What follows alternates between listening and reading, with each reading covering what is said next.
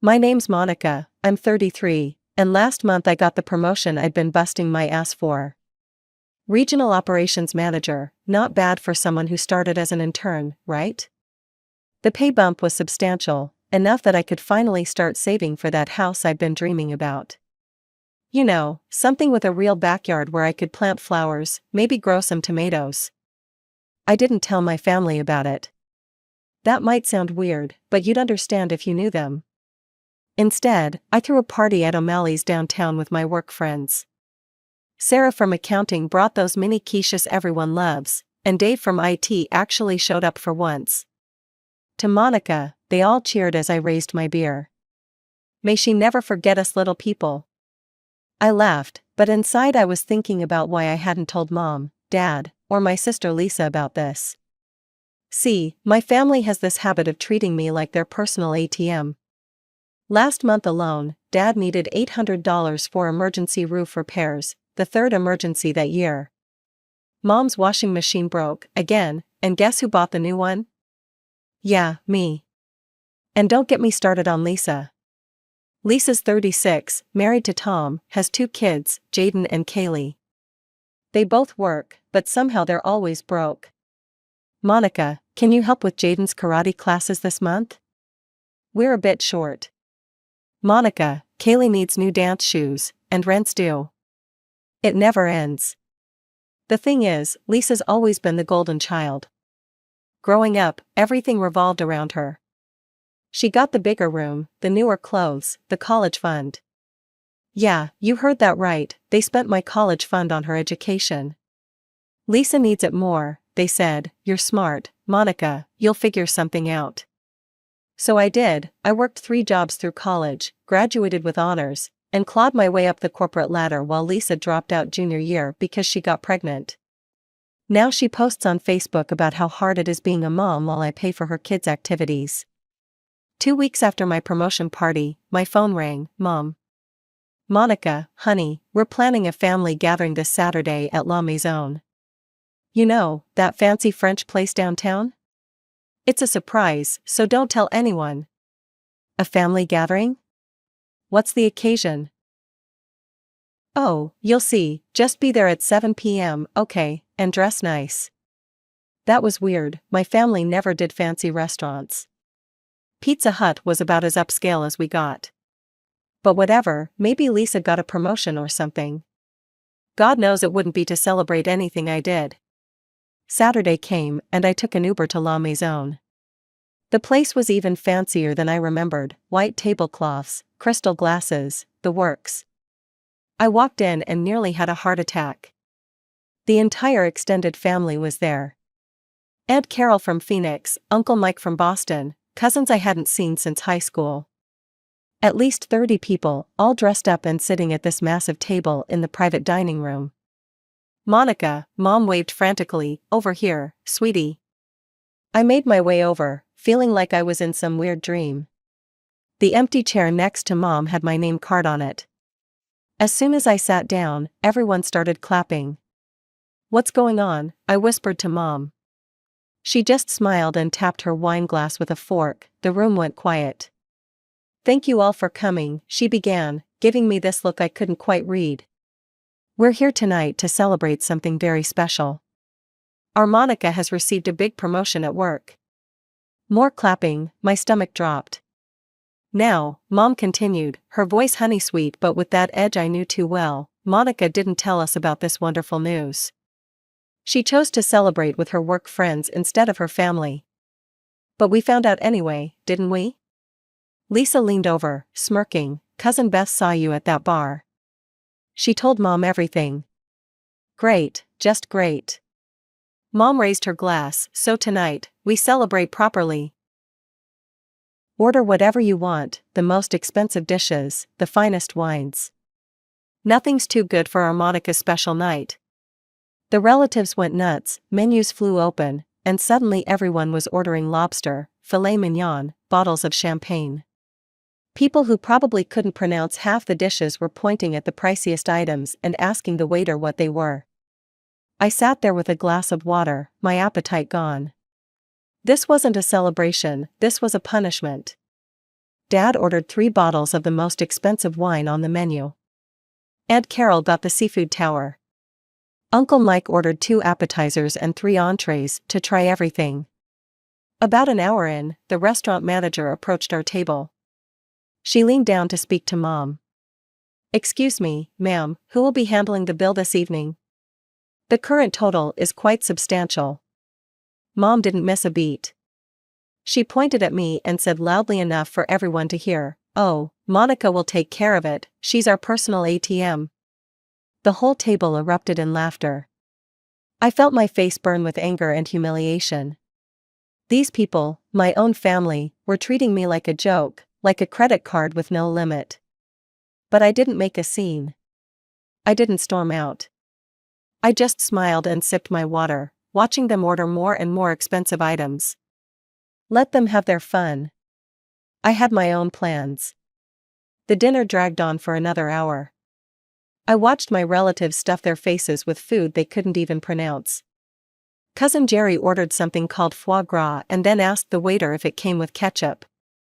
Aunt Marie got the $200 Wagyu steak and complained it was too small. Meanwhile, I kept drinking water and checking my phone under the table. I had a plan forming in my head, and the angrier I got, the clearer it became. "Monica, why aren't you eating?" Mom asked, loud enough for everyone to hear. "Order something, don't be shy with your own money." More laughter. I forced a smile. "I'm good with water, thanks." "Oh, come on," Lisa chimed in, "live a little. You can afford it now, right?" Her husband Tom nodded eagerly. "Yeah, Monica, thanks for treating us all. The kids have been talking about getting new iPads, so this is perfect timing." I almost laughed. Of course they were already planning how to spend more of my money. Finally, around 9:30, the waiter appeared with the check. He handed it to Mom, who made a big show of looking at it. Well, she announced, the total is $2,987.43. "But that's nothing for our Monica now, is it?" She slid the check across the table to me with this smug look on her face. I picked it up, examined it carefully, then set it back down on the table. "I need to use the restroom," I said, grabbing my purse. "I'll be right back." "Don't take too long," Dad called after me, "the staff's waiting." I walked calmly to the bathroom area, but instead of going in, I waited near the entrance. A large group was coming in for a birthday party, creating the perfect distraction. I slipped out the front door and into the cool night air. My hands were shaking as I walked down the street, but not from fear. I was furious. These people, my own flesh and blood, had orchestrated this whole thing to humiliate me, to put me in my place for daring to keep something private.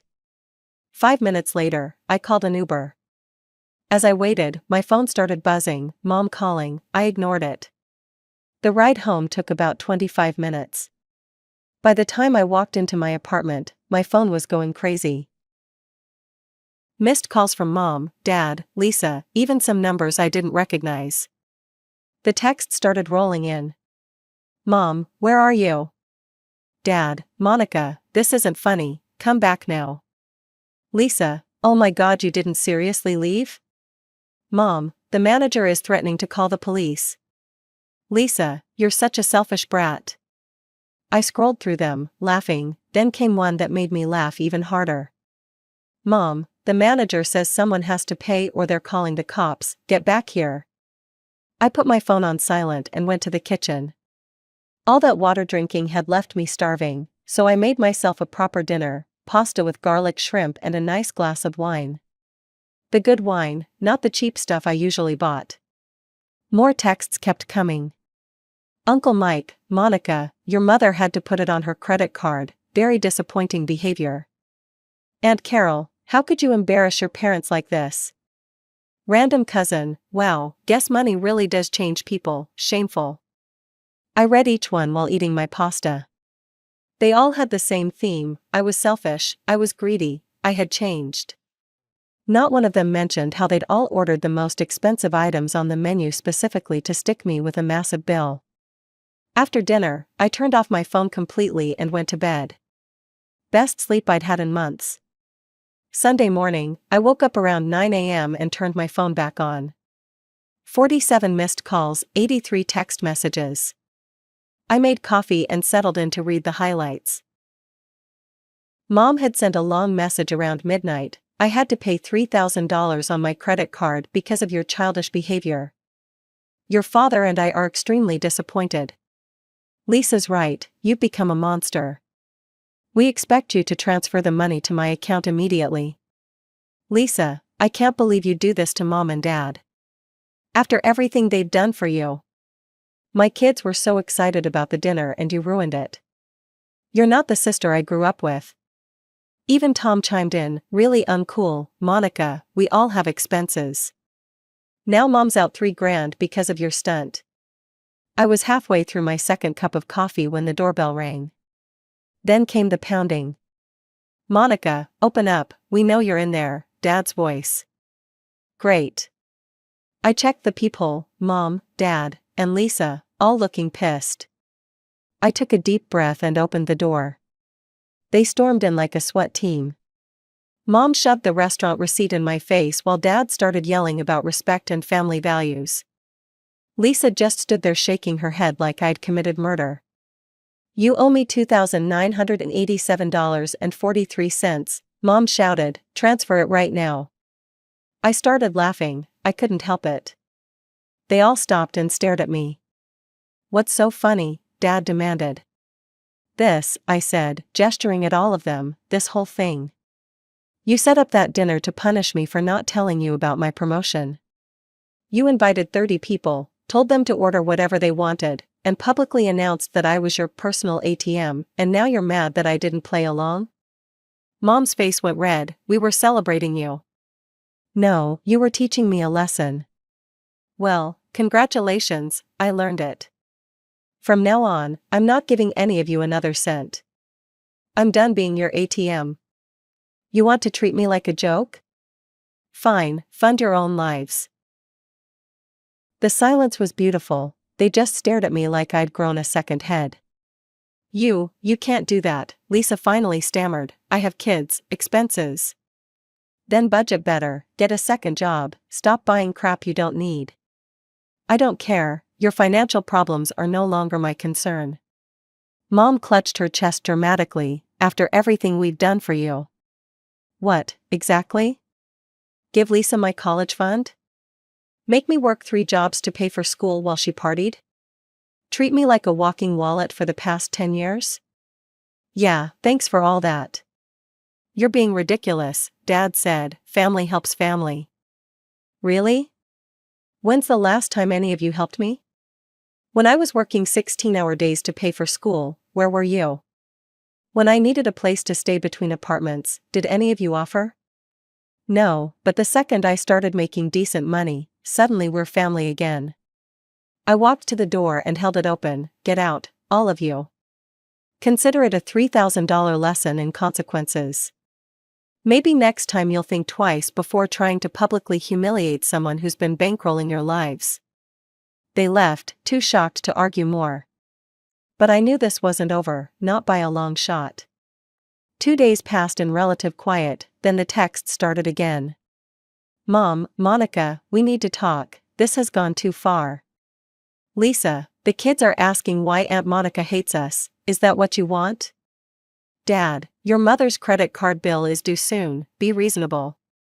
I only replied to Mom, the last time we talked, it cost $3,000, I'll pass. Wednesday morning, Lisa tried a different approach. She posted on Facebook, some people forget where they came from.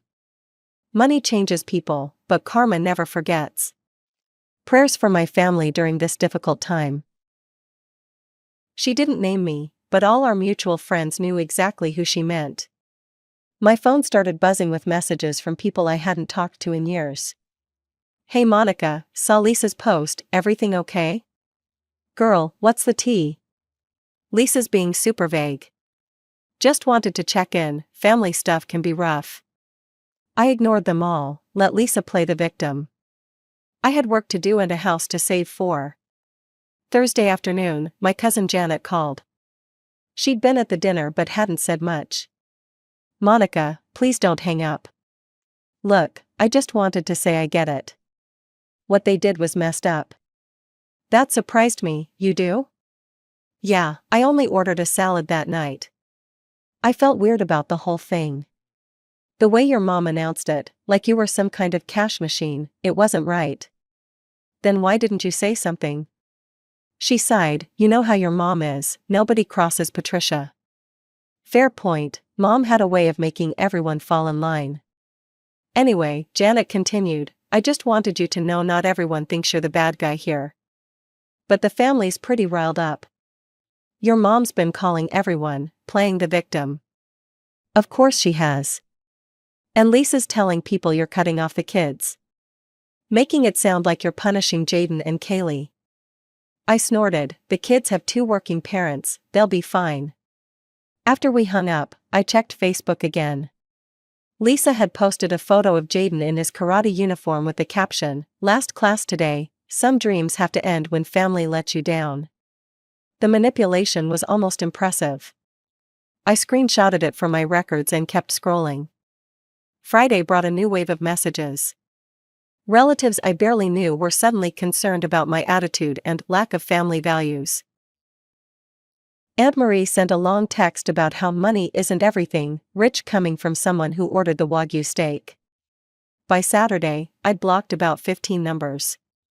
Then came an email from Dad. Monica, your mother and I are deeply hurt by your behavior. We raised you better than this. Lisa is struggling to explain to the children why their aunt has abandoned them. Jaden had to quit karate, and Kaylee can't attend dance camp this summer. Is this really what you want? We're willing to forgive your restaurant stunt if you apologize and resume helping the family. Your mother's credit card bill is due in 2 weeks. Please do the right thing, love, Dad. I started typing a response, then deleted it. Instead, I composed something different. Dad, I've saved every text, email, and voicemail from the past week. If the harassment continues, I'll be contacting a lawyer about a cease and desist order. I won't be responding to any more messages about money. This is my final communication on this matter, Monica. I CC'd Mom and Lisa, then blocked their email addresses. The next few weeks were strange, quiet, but tense. I kept expecting them to show up at my door again, but they didn't. Maybe the lawyer threat worked, or maybe they were planning something else. Work was my escape. My new position kept me busy, and my team was killing it. We landed 3 major clients, and my boss mentioned another promotion might be coming. More money for the house fund. I started looking at real estate listings. There was a cute craftsman-style place about an hour outside the city, 3 bedrooms, big backyard, even a greenhouse. The listing said perfect for garden enthusiasts. I bookmarked it. Meanwhile, Lisa kept up her social media campaign. Every few days, another passive-aggressive post. Teaching kids that family isn't reliable is the hardest lesson. When people show you who they really are, believe them. Thankful for the real ones who stick around when times get tough. Her friends ate it up, comments like stay strong, and you deserve better, flooded in. A few mutual acquaintances unfriended me. Whatever.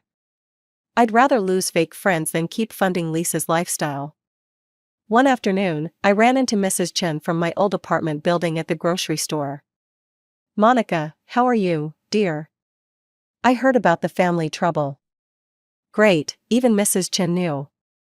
I'm fine, really, just focusing on work.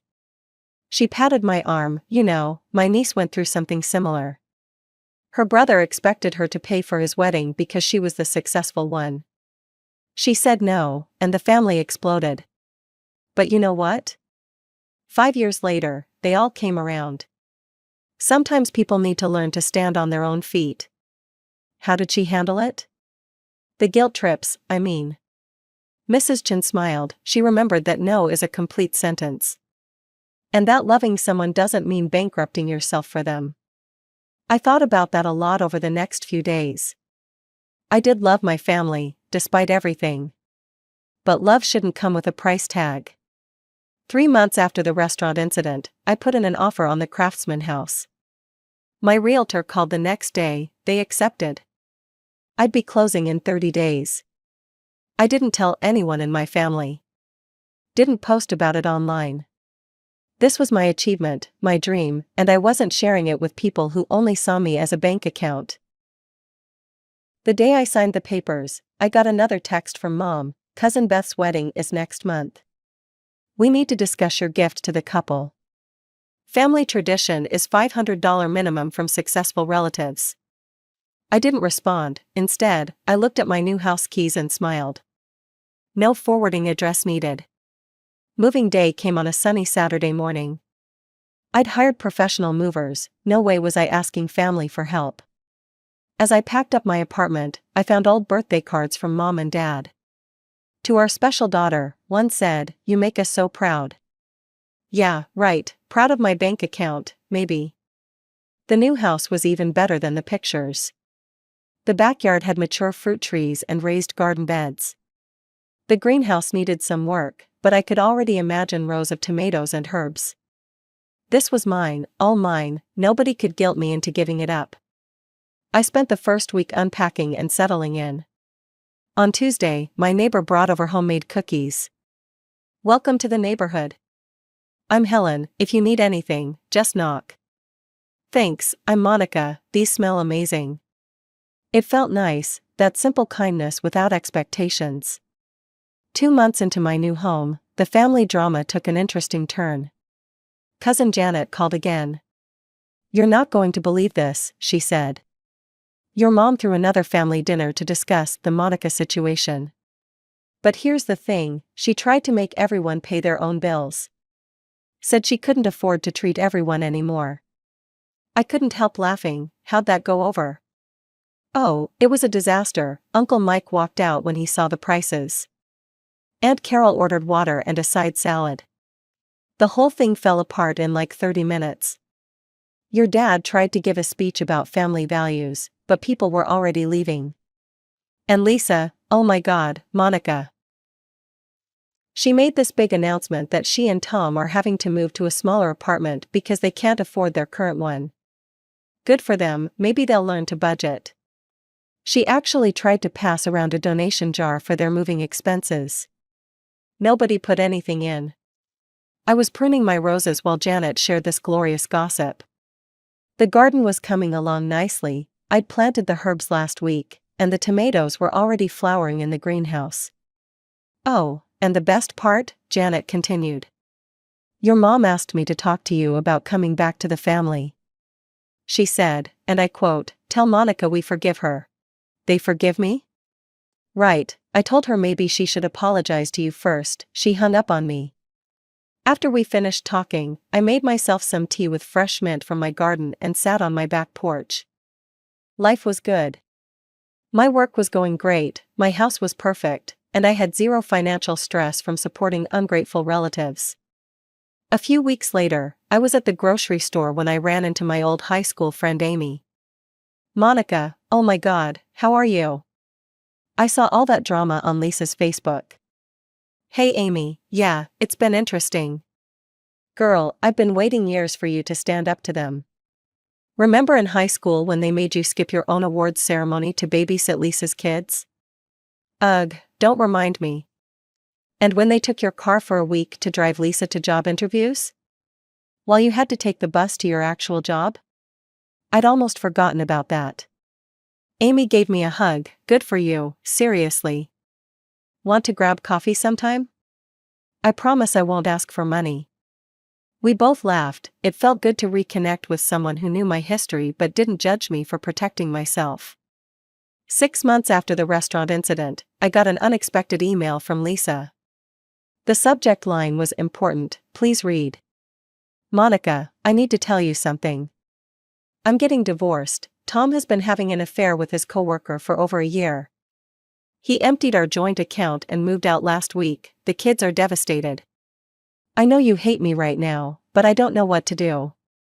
Mom and Dad are broke after helping with legal fees for Uncle Mike's DUI. I'm alone with 2 kids and can barely afford groceries. I'm not asking for money. I just needed to tell someone who might understand what it's like to be on your own. I'm sorry about the restaurant, I'm sorry about everything, Lisa. I stared at the email for a long time.